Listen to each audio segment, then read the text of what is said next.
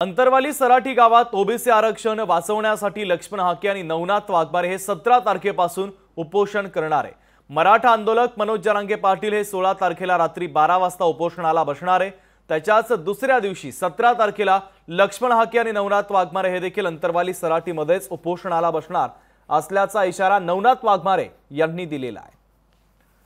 आणि या संदर्भात नवनाथ वाघमारे यांच्यासोबत संवाद साधला आमचे प्रतिनिधी सुधाकर जाधव यांनी। पाहूयात।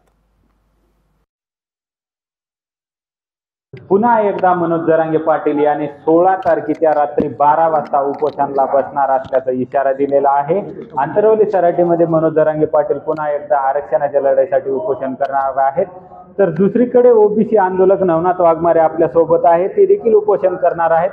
काय सांगाल, 16 तारखेला रात्री 12 वाजता मनोज जरांगे पाटील अंतरवली सराटीत उपोषणासाठी बसत आहे, तुमची काय भूमिका राहणार आहे?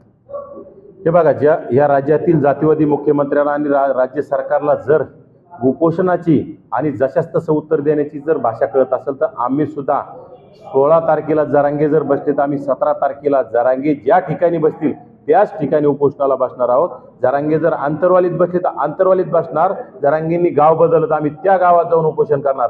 कारण मुख्यमंत्र्याला तीच भाषा कळत असेल तर आम्हाला सुद्धा जरांगेंना जर हे भेटत असतील तर जरांगेंच्या गावातच आम्हाला बसावं लागेल। आणि त्यामुळं या जातीवादी मुख्यमंत्र्याला कमीत कमी जनाची नाही तर मनाची लाज बाळगून जरांगेची भेट घेतली तर आमची सुद्धा भेट घ्यायला यावं लागेल, त्या मंत्र्यांना आमची भेट घ्यायला यावं लागेल। आणि आमची मागणी मुख्यमंत्र्यापर्यंत प्रशासनापर्यंत जाण्यासाठी आम्ही हे नवीन हत्यार आता वापरणार आहोत। ओबीसी उपोषणासाठी आम्ही दोघं बसलो आहोत, दोघं बसणार आहोत आणि जेव्हा जेव्हा आम्हाला आंदोलन करायचं तेव्हा आम्ही दोघंही करणार आहोत।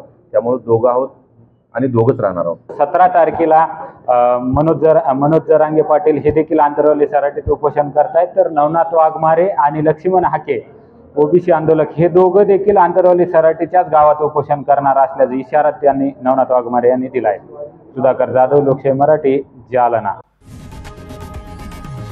लोकशाही मराठी ऐका, पहा, जागरूक रहा।